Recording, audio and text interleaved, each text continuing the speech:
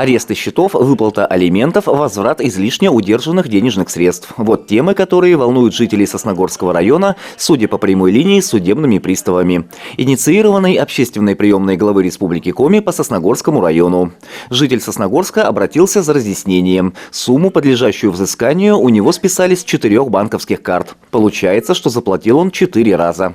По статье 70 Федерального закона об исполнительном производстве судебный пристав обращает взыскание на все счета должника. Соответственно, после того, как деньги спишутся и поступят на наш счет, разницу мы вам вернем. То есть больше судебные приставы не удержат и вернут на те счета, с которых списали. Были обращения и по поводу удержания долгов из социальных выплат. Оказалось, что с 1 июня 2020 года вступили в силу изменения в Федеральный закон об исполнительном производстве. Документ предусматривает идентификацию видов платежей, поступающих на любой банковский счет гражданина, а также их отдельный учет, так называемый механизм окрашивания. Специальные коды введены в отношении выплат, на которые не может быть обращено взыскание, а также доходов, на которые установлены ограничения по размеру их удержания.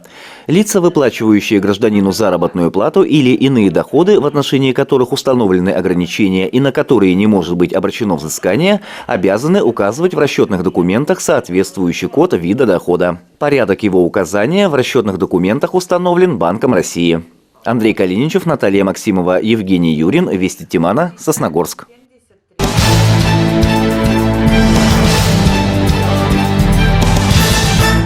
19 февраля в рамках празднования Международного дня родного языка МОД Коми Войтер провел межрегиональную образовательную акцию «Всеобщий диктант на коми-языке».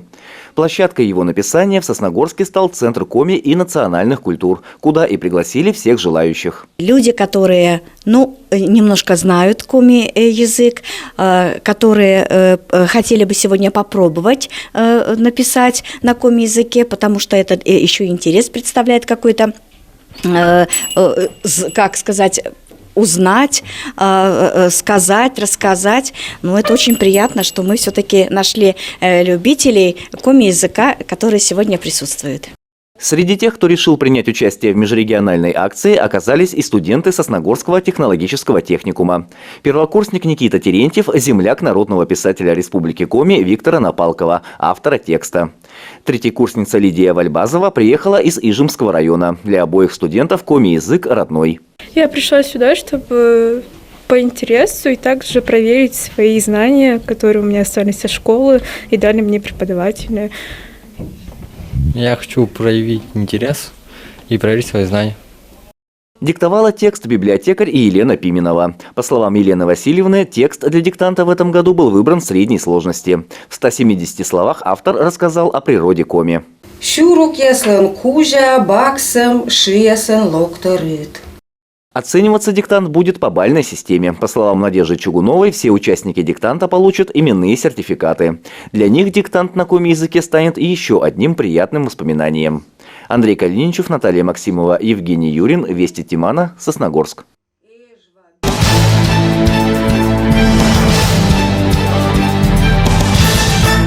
День защитника Отечества в Сосногорске отпраздновали не только большим концертом, но и спортивными состязаниями. В Ледовом дворце «Звездный» в честь Красного дня календаря состоялся шахматный турнир, участие в котором приняли как опытные, так и начинающие спортсмены. Шахматы интересно, стратегия, интересно так расставлять фигуры, продумывать ходы надо наперед, думать, чтобы не проиграть. В результате сильнейшими шахматистами среди мужчин стали Юрий Комиссаров, Сергей Чубаевский и Николай Синюков, а среди женщин – Любовь Рочева и Ирина Егорова. Это у нас ежегодные турниры, посвященные всяким праздникам, и собираемся мы регулярно, но прошлый год только из-за этой пандемии не играли практически весь год. А в физкультурно-оздоровительном комплексе в праздничные дни прошло первенство Сосногорского района по баскетболу. В течение 3 соревновательных дней за победу боролись 4 команды. По итогам соревнований первое место завоевала команда ЮССР, второе – команда 47С, третье место – сборная 5-й школы. Также лучшим игроком соревнований стал Антон Антропов. Андрей Калиничев, Евгений Юрин, Вести Тимана, Сосногорск.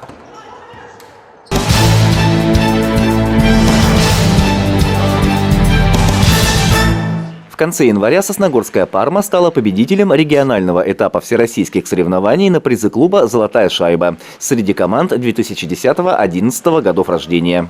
Юные спортсмены завоевали право принять участие в главных играх турнира, которые пройдут в марте в Астрахани. И в очередной раз доказали, что сосногорская хоккейная школа – одна из лучших в Республике Коми. Наверное, любое дело, которым будут заниматься и ответственно относиться к нему, будет формировать в человеке в первую очередь личность. Да, в зависимости, чем он занимается. А мы говорим все-таки о делах спорта, где у нас в первую очередь, наверное, формируется и трудолюбие, это устойчивость, формируется у нас умение